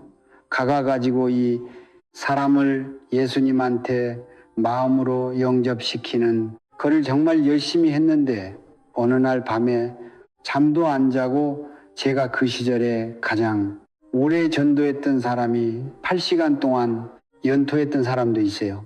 밤을 꼴딱 새면서 영접할 때까지 그냥 나도 안 간다. 당신 나 주님 만나 안 간다. 이러면서 했던 게 그런 것까지 있었는데 하나님은 어떻게 일하셨냐면은 저는 그때 저한테 주어진 시간이 얼마 없다고 생각했거든요. 그리고 나는 늦게 믿은 사람이니까 내가 주님 앞에서 더 많은 일을 하고 와야겠다는 생각을 했고, 그리고 그래야지만 주님을 딱 만나는 순간 제가씩 웃을 수 있겠더라고요. 나 봤어요. 이렇게 하고 가야겠다. 제가 처음에는 멋있게 죽어야겠다. 주님 만나자 그랬는데 나중에 저희 죽음의 목적이 달라졌거든요. 나 죽은 다음에 눈을 뜨자마자 주님 얼굴 보고 나 이럴 줄 알았어요. 놀라지도 않아야지. 그러면서 이렇게 생겼어요. 만져봐야지. 뭐 이런 게 있었기 때문에 이분한테 이렇게 손 뻗쳐서 만질 만한 용기를 내고 내가 당당하려면 적어도 여기서 내 욕심은 내려놓고 주님의 일을 정말 생색내면서 해야겠다라는 생각으로 살았는데 갑자기 어느 날 뼈가 무너져 내리고 있습니다. 하다가 그렇게 열심히 하고 있는데 갑자기 뼈가 다시 생겼습니다. 이런 얘기도 들었고 그러다 보니까 어느 순간 내가 죽을 것 같다는 그 생각을 따라가면 안 되겠구나. 저는 정말 그냥 일반적인 아자를 많이 만나니까 저도 이제 얼터결에 의학적인 상식이 꽤 많이 쌓였거든요. 제 상태를 봐도 어느 언제쯤 가겠다라는 게 제가 수정도로 쌓였는데 제가 추측한 날은 항상 반전이 일어나더라고요. 그래서 하나님이 그거를 마음대로 추측하면 안 되는구나. 그냥 가는 날 어차피 부르시는 거니까 그게 언제 갈 거니까 빨리 이게 아니라 오늘 부르실 것 같으니까 오늘 하자 이렇게 하다가 지금은 완전히 바뀌었어요. 내가 먼저 죽을 거라고 왜 생각을 했을까? 주님 분명히 성경제 마지막에 내가 진실로 속히 다시 오르니 하셨는데 오늘 주님 오신다고 살아야겠구나. 내가 죽기 전에 주님이 오실 수 있다. 그러면은 나는 이게 죽기 전에 이렇게 마음이 들어가는 건 아니더라고요. 그래서 오늘 살 때 어떻게 사냐면은 너무 아파요. 정말 많이 아프거든요. 근데 아픈데 괜찮아요. 당신 몸이니까 당신 손해요. 그렇게 갖고 정신 생각을 끊어요. 생각을 끊고 나는 오늘 아프지만 나는 몸이 아픈 거지. 영혼이 아직 주님을 못 만난 사람은 큰일 하는, 근데 그 자리가 더 중요하다고 생각하고 가기 시작했어요. 나는 오늘 죽어도 천국인데 그 사람은 아닐 수 있다.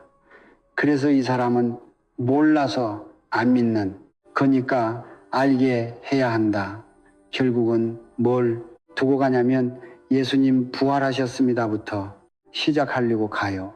예수님 부활하셨습니다로 시작해서 마무리를 보면 예수님 다시 오십니다를 하거든요. 그리고 그날에 무슨 일이 일어난지 이들한테 얘기해줘요. 저를 만나는 남한자들은 끔찍한 고통 속에 많이 있고 저는 그런 사람들 만나기 익숙해요. 그들은 심지어는 나중에 갈 때가 되면 귀신도 봐요. 귀신이라. 악한 영을 보죠. 악한 영을 보는 그 현장에 저는 그걸 고스란히 봐요. 제가 그 현장을 보지 않았으면 악한 영을 믿기가 힘들었을 것 같아요. 그런데 악한 영이 반드시 있는 거 알고 눈에 보이기도 하고 눈에 보이지 않지만 나를 속이기도 한 악한 영의 존재를 알게 되더라고요. 처음에는 나쁜 거는 볼 필요 없어. 기독교인들도 그렇게 얘기했거든요. 그런데 제가 정확하게 좀 깨닫고 있는 게 뭐냐면 적을 알아야 싸우거든요. 하나님도 영이시지만 내가 확신해야지. 믿을 수 있듯이 하나님도 영이시는데 악한 영도 영이어서 보이지 않는다고 얘기하셨어요. 악한 영의 존재를 부인해서 이길 수가 있냐? 그렇지 않아요. 알아야 되는데 이들을 무서워해야 할 필요가 없다는 말씀이 성경책에 많이 나와 있어요. 가장 중요한 말은 하나님의 자녀가 되는 권세를 주셨으니 누구? 영접하는 자. 우리 영접한 자들은 다 하나님의 자녀거든요. 정정말 생각할 때 하나님의 생각, 악한 영의 생각 얘기 나왔잖아요. 답이 악한 영은 우리를 이길 수 없다. 이게 또 팩트인 거고, 또 하나는 요한서 보면 그런 말씀이 있죠. 악한 자가 너희를 만지지도 못하느니라. 나를 만지지는 못하지만 나를 속일 수는 있는 이 교활한 놈들을 무서워해야 되는가? 아니면 물리쳐야 되는가? 이거를 분별할 수 있잖아요. 제가 이제 그 처음에는 아픈 사람들 통해서 악한 영에서 실제 보면서 남섭다 하고 있었는데 어느 순간부터는 말씀이 사실이지 내 생각과 내 뜻은 다 사라지지 말씀만이 남고 예수님 다시 오시면 그날 난리 나지 생각 딱 하면서 그러면 내가 그날이 말씀을 정말 믿었는지 안 믿었는지가 들통나는 날인데 악한 영은 이런 존재다. 그럼 나는 어떻게 돼야 되냐? 멸시해야 된 존재구나. 악한 영을 멸시하는 것을 가장 많이 한 게 제 몸에다가 있어요. 때마다 아픈 거. 그 암이 어디에 늘어났다면 아픈 거. 실은 저 이번에도 두통이 너무 심해가지고 병한 거거든요. 그런데 이런 거 저런 거 아픈 거에 대해서 너무 힘들겠다 이렇게 하더라. 너희가 나를 속이는구나. 너희가 여기가 암이 있으니까 내가 아프게 하면은 무서워하고 벌어떨 줄 알고 있겠지. 그래. 처음에 무서웠지만 지금은 안 그래. 더 한번 아프게 해봐. 저는 저 몸한테 그렇게 하고 아픈 사람한테 갔을 때는 실은 안 아플 수 있는 약들도 많이 알려주긴 해요. 저는 약을 먹지 않지만 남한테는 해요. 왜냐하면 제가 그 용기를 내내기까지 과정이 예수님이 살아계시고 내 주인이비다를 확신하면서 제어를 꽉 가는 과정에서 여기까지 왔기 때문에 지금 만난 그 사람한테 이렇게 믿어야 돼요. 한다고 되는 거 아닌 거 하니까 예수를 계속 만나라 전하면서 그 지금 당장 어떻게 하면 더 편한지는 제가 얘기를 해 주고 있죠.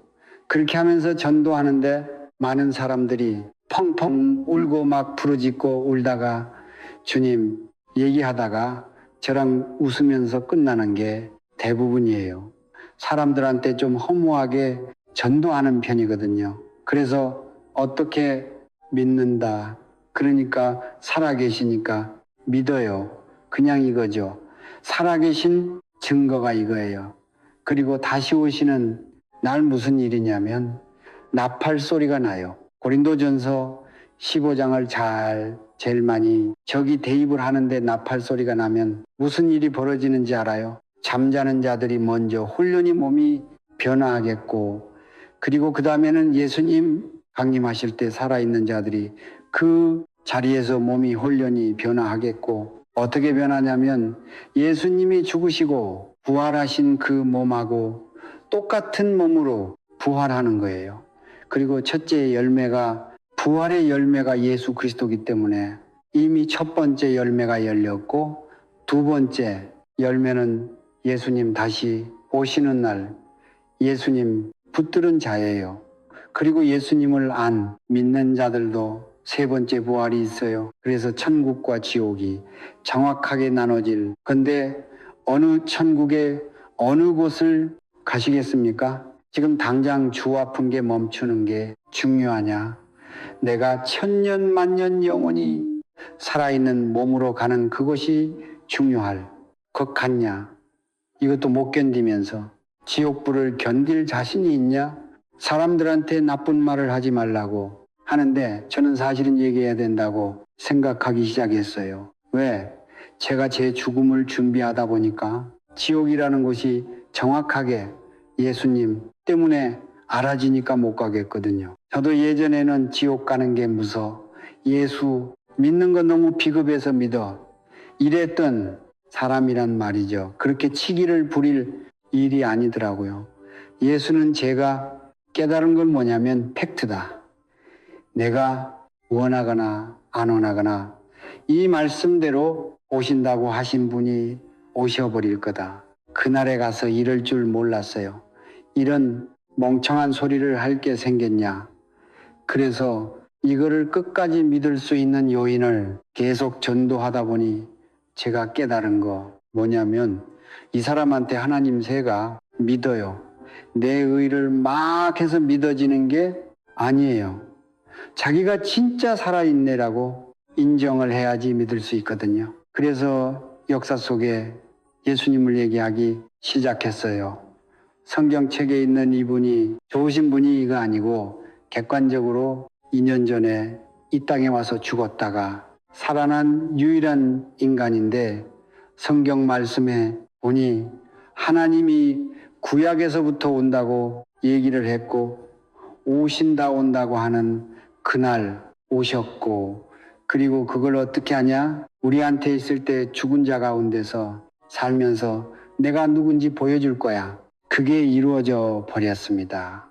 해요. 그 사실을 얘기를 하기 위해서 난 오늘도 살아있다. 그리고 중요한 거는 그래. 살아있는데 믿어져요 하고 기독교들이 거기서 그러고 나서나 그래서 믿으니까 교회 가야지. 그걸 끝이더라고요. 제가 우스갯소리로 하는 얘기가 있어요. 전도하는 세상을 보면은 가장 어려운 사람을 순서대로 보면 가장 쉬운 사람은 무교, 그 다음 쉬운 사람은 불교, 그 다음은 카톨릭, 그 다음은 교회 다니는 기독교인 이렇게 얘기를 하거든요. 만나는 사람마다 우리가 정말 하나님한테 기도할 때 병이 생기면 병을 낫게 해주세요. 남을 위한 기도는 그렇게 해야 되지만 저는 아만한테 얘기를 해요. 살려달라고. 기도하지 마세요. 죽겠습니다. 기도하세요. 이렇게 얘기를 하거든요. 이유가 있어요. 살려주셨거든요.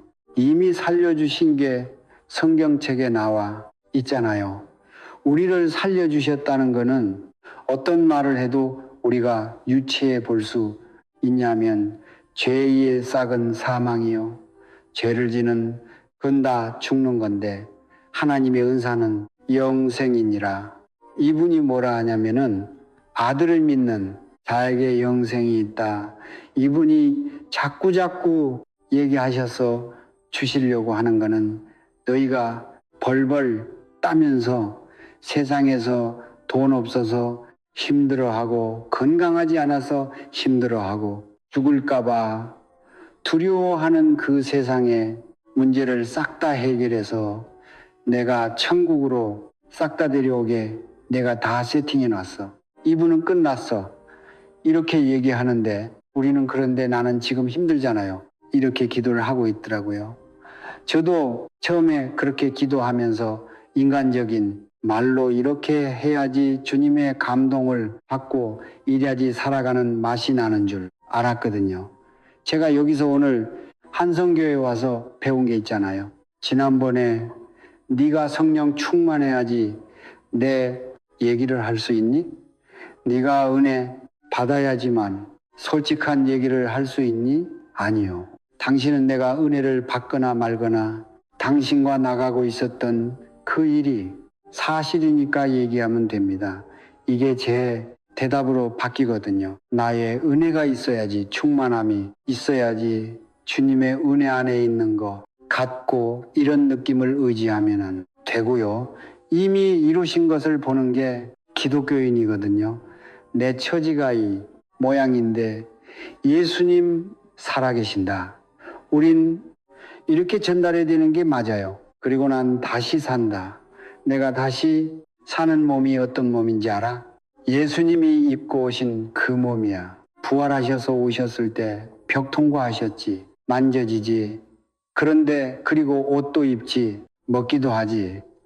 우리 천국에서는 먹고 마시는 즐거움이 있다는 것도 다 보여. 주어 가신 그 몸으로 가서 여기보다 좋은 곳에 가서 일단하고 평생 사는 보장된 곳에 가는데 그 영생이 있는데 없는 사람처럼 그건 그거고 난 여기서 힘들어 죽겠다니까요. 이거 해결하세요. 이게 우리에게 지금 잘못된 믿음으로 갈 수 있는 주소다라는 생각이 들어요. 저는 이 자리에서 여러분께 부탁드리고 싶은 게 하나 있어요. 저는 오늘 이 자리에 또 올라왔지만 어떻게 될지는 잘 모르거든요. 또 제가 말했잖아요. 곧 또 수술을 해야 된다고. 그런데 지금 예수님 만나고 10년을 벌었는데요. 10년 동안 저한테 깨달음을 주신 것 딱 하나밖에 없어요. 나는 정말 정직한 믿음을 원한다 해요.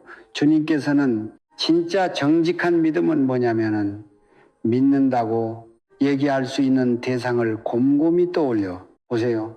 내가 싫어하는 사람 믿을 수 있어요? 없거든요. 내가 믿을 수 있는 사람은 내가 사랑하는 사람, 적어도 아니면 저 사람이 날 사랑하는 걸 아는 사람, 이런 사람을 믿을 수 있거든요. 믿는 사람한테는 맡길 수가 있어요. 중요한 문서도 잠깐 맡겨 놓을 수 있겠죠. 이 사람이 나를 배신하지 않을 것 같다는 확신이 있으면 믿을 수 있는데 우리는 믿음을 너무 생각보다 쉽게 얘기하는 것 같아요. 주님은 나를 신뢰해 줄 준비가 끝났어요. 그런데 과연 나는 그런가? 내 상황이 변하면 주님을 버리지를 않나? 혹시나 나는 주님 열심히 기도하고 교회에 왔는데 내 상황이 왜 이렇습니까? 이렇게 따지고 있지 않나? 그러면 이분은 뭐라고 하시냐면은 나를 한 번이라도 생각하거나 사랑한 적은 있니? 하실 거라고요. 그런데 콧방귀 사랑받지 못하는 이분은 우리를 절대 안 버려요. 왜냐하면은 처음부터 원수 됐을 때부터 사랑해서 살리려고 작정만 하셨고 다른 생각 안 하시거든요. 항상 변하는 거는 우리 자신이더라고요. 저도 너무 힘들면 변해요. 그거를 과거에 겪으면서 알게 됐어요. 제 믿음이 얼마나 형편없는지 지금은 간혹 정말 감히 제 믿음을 얘기하지 않아요. 내 믿음이 좋은 게 무슨 소용이 있냐고요. 내 믿음이 좋은 게 중요한 게 아니라 이분이 살아계신 것 자체가 중요한 거잖아요. 그래서 믿어진다가 중요한 거예요. 믿어지는 사람한테는 마음을 놓고 맡길 수가 있고 그게 당연한 거죠. 저는 예수님이 저 사랑한다는 그를 너무 잘 알고 있고 그리고 그런 그분을 사랑하기 때문에 오늘 내 몸을 버리는 용기를 내보는 거예요. 그게 언행일치가 되는 믿음인 거지. 당신을 믿지만 난 무섭습니다. 난 당신을 믿지만 난 이건 이렇게 하면 안 돼요. 과연 이게 정직하고 이분이 받으실 만한 믿음일까? 거창한 일을 하기보다는 내가 이분 안에서 평강하고 기쁘고 감사밖에 없다. 나 오늘 우리 집이 망했거든요. 기뻐 죽겠어요. 이럴 수 있는 용기 정도 있어야 된다. 그렇죠? 그래서 저도 나 오늘 다리 하나 못 쓸 수 있는데 난 웃을 거다. 이것만 가지고 있어요. 난 오늘 또 뼈가 뚝 부러져 가지고 뭔가 이렇게 또 무너질 텐데 괜찮아. 난 웃을 수 있어. 왜? 난 내 몸 하나 더 있거든. 그리고 예수님은 절대 약속을 지키시거든. 약속은 내가 가끔 안 지키지. 이걸로 끝내거든요. 그래서 항상 마지막 마무리는요. 난 안전하다. 이러나 저러나 나한테 별 일 누가 와서 정말 칼로 훅 진짜 이런 일이 벌어져도 안전하다. 나는 왜냐면은 다시 살았기 때문에 이거를 항상 확신하고 있습니다. 저는 지금도 계속 암환자를 만나고 있는데 암환자들에게 결국은 죽음에 대한 것만 얘기를 하고 장례식장도 가게 되고 그 과정을 계속 봐요. 처음에는 그 과정에 그 현장에 있는 게 참 힘들긴 했어요. 지금은 힘들지 않아요. 은혜의 자리거든요. 성도가 죽는 것을 기뻐하시는 도달한 자리에 제가 영광스럽게 있는 거예요. 이분들에게 혹시나 잠깐 악한 영한테 속아서 벌벌 떨 때 제지시켜드리고 정신 차리세요. 그거를 막 괜찮을 거예요. 아니, 정신 차려요. 지금 예수님한테 가요. 그런 얘기를 하거든요. 영접하신 분들에게 왜 본인이 확신을 안 해요? 영접 제대로 안 했어요. 이렇게 얘기를 하고 그런 걸로 가지 힘들겠어요. 어떠해요? 내가 어떻게 아플까요? 대신 이런 거 안 하거든요. 이게 도움이 될 리가 없죠. 사람들한테도 가서 얘기하는 게 딱 있어요. 어떤 사람이 막 징징거리고 이런 사람들 주로 있으니까 그러면은 저한테 오늘 위로 받으실래요? 아니면 사실을 들으실래요? 그럼 이 사람들이 뭐죠? 오늘 처음 만났는데 저한테 무슨 말을 해도 위로가 되시겠어요? 위로는 주변에서 가까운 사람한테 받으시고 저한테 사실을 그냥 들으시죠. 그렇게 시작할 때가 많아요. 시간 낭비를 하게 할 필요도 없고 이분들에게 내가 대단한 사람인 것처럼 나를 만나면 기분이 좋지 할 필요도 없는 거예요. 이런 사실을 당신은 알고 믿고 있나요? 이것만 얘기하는 거죠. 그렇게 되면 스스로가 결정을 해서 주님과 함께 할 수 있다고 생각합니다. 여러분도 믿으시잖아요. 이분이 우리를 절대 버리실 리가 없고 우리한테 주신 약속을 번복하실 리가 없다는 것. 우리가 그런 분을 만났어요. 그런 분을 만났으면 적어도 생활의 염려나 이런 나의 그 고민 같은 거를 대면서 주님을 원망하고 있지 않았는지 주님의 입장이 어떤지를 내 입장에서 와이를 하지 말고 주님 입장에서를 보세요. 이분은 왜 그러셨는지 이분 와서 왜 그렇게 피가 흘리기까지 기도하면서 이렇게 길을 쓰고 그 길을 가셨는지 그리고 이분은 지금 내 상황을 보고 뭐라고 생각하고 계실지 내가 마음 이런 걸 갖고 어떤 마음이실지 그렇게 이분을 인격적으로 접근할 수 있게 이분이 오셨어요. 그래서 이분에게 우리가 우리 남은 생애가 같은 동일시한 날이 될 수도 있잖아. 이분이 오시면, 그죠? 이분이 오시면 난리 날 거예요. 그죠? 내가 먼저 갈 수도 있지만 이분이 오실 수 있죠. 그날에 우리가 이분 앞에서 정말 내가 너희 믿음을 보겠느냐. 이렇게 얘기하신 그분 앞에서 나한테 어떤 걸 들 거냐? 그럼요. 내가 믿어서 이만한 일을 했는데요. 이런 거 하고 있을 거냐? 이분 우리가 그런 일 안 해도 혼자 다 할 수 있다니까요. 이분한테 배신하지 않고 마음을 지켜서 내 문제 앞에서 절대 요동하지 않고 가는 나는 당신이 옆에 계시니까 무섭지만 괜찮아요. 이런 용기를 내면서 이분을 가까이 가는지 이게 참 중요하다라는 게 생각이 들어서 지금은 제가 비전에 대해서 2016년도부터 한 번도 바뀌지 않았어요. 실은 그 전에 비전 멋있게 한다고 뭐라고 했냐면은 하나님을 기쁘시게 드리는 거예요. 이랬거든요. 지금부터 항상 비전을 물어보면은 이제 웃음이 나와요. 뭔 비전한 이러면서 뭐라고 하냐면 내 구주 예수를 어제보다 오늘 더 사랑하는 게 저의 비전입니다. 이로 끝나거든요. 사랑하는 마음의 힘은요. 아무도 못 해봐요. 그래서 주님을 자꾸 믿음을 키워가려고 하지 말고 그 주를 내가 사랑하고 그 주를 진짜 신뢰하는가. 그리고 나는 내 영생과 나의 부활을 믿는가. 그거를 믿는 게 얼마나 중요한지 요한복음 11장에 나와 있어요. 말씀으로 좀 마무리를 할게요. 11장 25절 26절에 뭐라고 했냐면은 예수께서 가라사대 나는 생명이요 부활이니 이것을 믿는 자는 죽어도 살겠고 또 살아생에 이것을 믿는 자는 영원히 죽지 아니하리니 이것을 내가 믿느냐 하셨어요. 이걸 믿어갖고 그냥 네가 믿니? 우리 개개인한테 하는 말이에요. 정말 거짓말 샀을 때 난 진짜 부활하는 걸 믿나? 아니다라는 게 오시면은 이거는 엎드려야 될 문제 맞아요. 이분이 주신 게 영생이고 우리의 부활인데 우리가 그거를 그럴 수도 있겠다고만 생각했죠.